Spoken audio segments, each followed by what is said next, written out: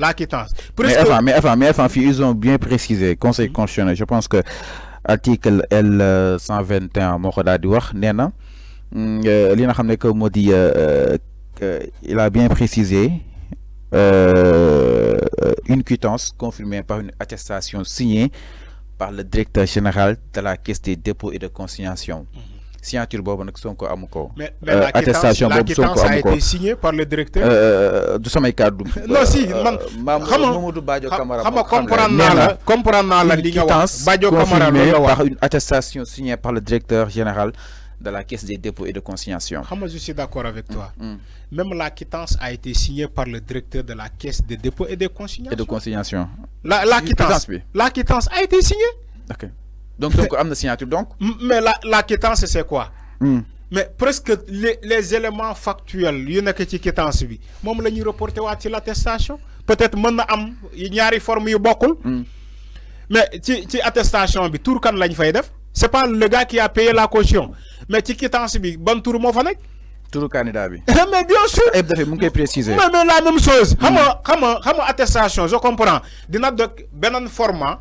Kayit beneen format document boo xamante ne bokkul peut-être avec la quittance. Dama lay jox benn exemple. Dama lay jox benn exemple. Un gars qui a réussi le baccalauréat. Lan lañ koy njëkk a jox. C'est pas le relevé de notes. Le relevé de notes lan moo fa nekk.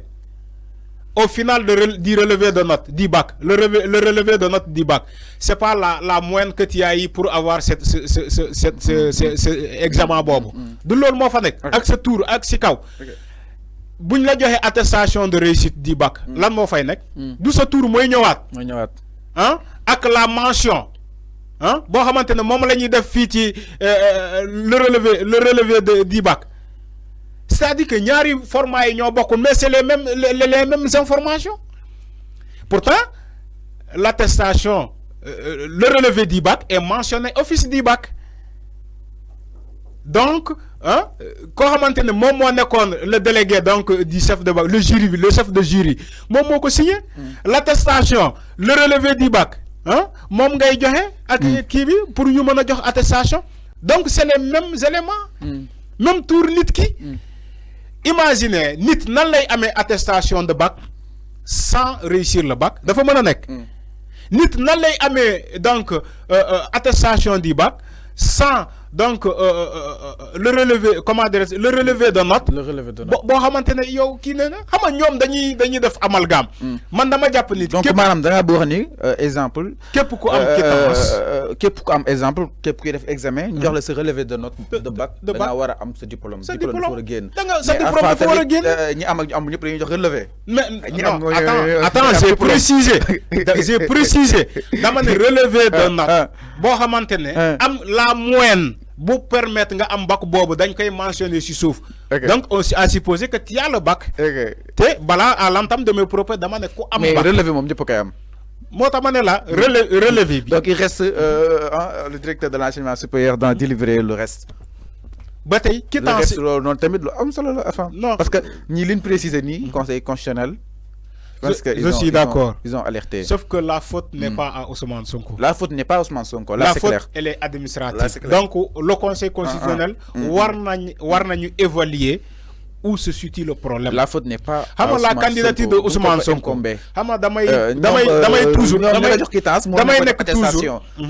damay toujours dans la posture de répondre à Cheikh Ngom. Cheikh Ngom. Xam nga moom wax na fii ba daaneel Cheikh Ngom foog mu xam ni que la candidature de Ousmane Sonko relève de ce qu'on appelle comment dirais-je d'extraordinaire, pour ne pas dire que d'exception. Exception. Xam nga règle bu ne dañ lay ne il y a une exception. Faut nga comprendre. Exception, l'exception confirme la règle. Ñun loolu la ñuy jàngee non. La candidature de Ousmane Sonko est l'exception parmi les candidats.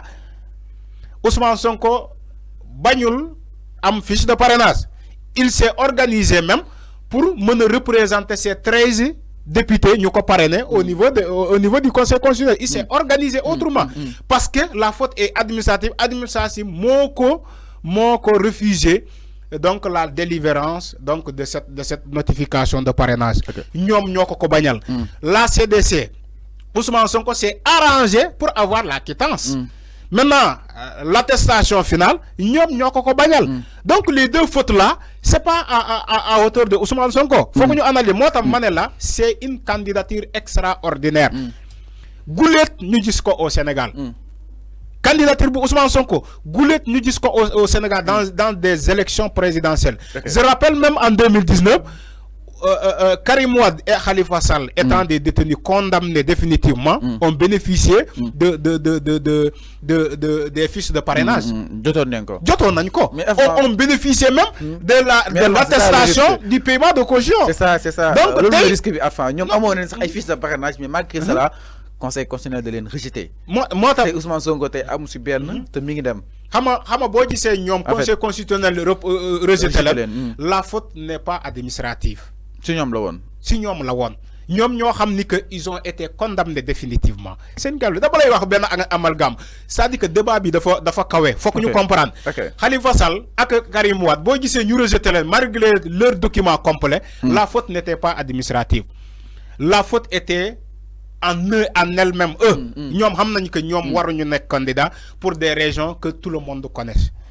Ni que ñom ils ont été condamnés définitivement dans une affaire de détournement de deniers publics là. Donc détournement de deniers publics là, une affaire extraordinaire et grave parce que lo xamantene état moko mom état yow man le peuple sénégalais ñoo bok état moy manam xaliss bo xamantene ñom ñoo ñuko sacc. Tay ñom bala ñu nek candidat en 2019 waro nañu même dem négocier autour d'un agent judiciaire de l'État du Sénégal ñu négocier les deux parties bu féké dañuy fay sen caution parce que deug na Cheikh Ngom lu mu wax lolu tamit je suis d'accord avec lui. Karim Wade bu ko waxtané say nek ñom dañ ko waxtané ci ay nek ñu modifier l'article L29 ñom ñoko yag na la fi wax waxtaan bu ñu wax nonu dialogue bobu c'était un dialogue politique autant pour moi c'était un dialogue politique bo xamantene impliqué wuñu toutes les parties la jeunesse sénégalaise à la souveraineté parce que xalissam la ñom ñu dem dialoguer modifier l'article L29 mota mané la lolu njumte la ba tay ñaari ñoñu mënuñu nek candidat. Heureusement Cheikh Ngom l'a précisé pour le cas de Karim Wade tay aujourd'hui bu bëggé nek candidat à défaut de payer intégralement la somme qu'il a détournée, il a ce qu'on appelle contrainte par corps. Jël ko par force. Non bu ñëwé Sénégal dañ koy japp duggal ko ci dañ koy japp duggal ko ci kasso bi mu teud c'est 2 ans il faut que mu teud 2 ans ferme quitte à ce que ça qui fait 6 mois bu né ñu génné ko mu ki mais day teud c'est 2 ans lolu moy contrainte par corps la. Donc Khalifa tay aujourd'hui il est obligé de payer la somme là. Mota ñaari affaire yi bokul Ousmane Sonko ak ñaari ñoñu bokul ñaari ñoñu lañu wara contrairement xam nga ñom état fa la djumé ñom man je ne dirais pas ça état les politiciens ñoo xamanté ñom ñoo mbubo état diko doxale xam nga fa lañu djumé là où on devait présenter un agent judiciaire de l'état defuñu ko mais là où il fallait pas ils ont présenté un agent judiciaire de l'état. L'affaire de Ousmane Sonko jarul affaire du judiciaire de l'état parce que l'agent judiciaire de l'état c'est un agent financier là. Mom moy saytu koppar état. Donc mom état bu yor nit bu yoralé état xaliss dañ koy présenter ce qu'on appelle un agent judiciaire de l'état. Bo xamanté ci ministre des finances la bayé ko mom lañu voter fofu lañu voter budget. Mom moy taxaw jakarlo ak Khalifa Sall ak Karim Wade. Maintenant Ousmane Sonko soxlawul agent judiciaire de l'état parce que l'état n'est pas candidat aux élections. L'État yonam nakul parce que l'État n'a pas intérêt à agir sur l'affaire Ousmane Sonko qui est une affaire de radiation sur les listes électorales. Ousmane Sonko tay warul am affaire avec l'État du Sénégal. Ñom dañuy jaxassé les pédales. Fofu la bëggon te Cheikh Ngom ñëwaat. Pourquoi présenter Ousmane Sonko dans une affaire de radiation un agent judiciaire de l'État? Est-ce que mom cher lu mu waxé ni que par rapport que fi affaire des raisons d'état est-ce que état tay mu ngi def rolom ci l'affaire Ousmane Sonko? Mais non, état def rolom, état bu defé rolom day né les politiciens la ñun suñu yoon nawu ci nous sommes l'État lijjante leen li ngeen di lijjante ngeen bàyyi l'État en dehors de ça. L'État c'est l'armée nationale. L'État c'est la gendarmerie. L'État c'est les magistrats. L'État mooy ba ci assemblée nationale.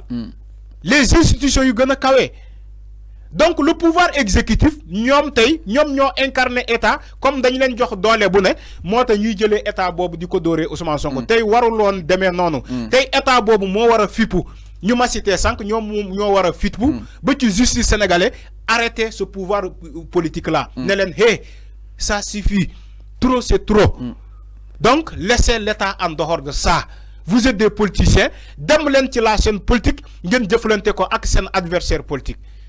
Ñooñu li ñuy ma wax bu fekkee on est dans un pays sérieux un pays qui se dit donc un pays démocratique l'État war na arrêter ce pouvoir politique là mooy maanaam le régime en place war nañ leen basta ça suffit largement. Nous on n'est pas, l'État n'est pas apolitique. L'État, il faut que les hauts fonctionnaires, les magistrats, les institutions, l'Assemblée nationale, l'armée sénégalaise, tout le monde là constitué autour d'un bloc. Le pouvoir politique, arrêtez ces manigances, arrêtez vos manigances. Okay, il ne faut pas prendre l'État du un Ousmane Sonko parce que l'État n'a rien à voir avec Ousmane Sonko. Tout que ça se passe ainsi. Mais malheureusement, le c'est autre chose. Alors, mon école exactement par rapport à quoi le mel. Donc, ni c'est comme tout, Inch'Allah, les agents peut-être Ousmane Sonko ñu daal di génn si li nga xam ne que moo di Salba Maître Clédor dugg na li nga xam ne que moo di dossier Ousmane Sonko ñu ngi koy saytu jamono ji dossier bi mi en traitement ñi daal di xaar si comme tout incha allah lan la yan ak wàllu yoon wala daal di war a mën a biral ginnaaw rek moom daal di ennee li nga xam ne que moo di ay dossier am. Je pense que tey ampleur tey bi mu am sax peut-être Alpha di dafa doon jàll de façon inaperçue. Li conseil constitutionnel def peut-être ñu ëpp ñu ko daal di bàyyi xel bu baax a baax mais tey benn dossier moo ñu jël tenir nu li nga xam ne moo di en haleine parce que ñu bëri nag jàpp neen dunoo bëgg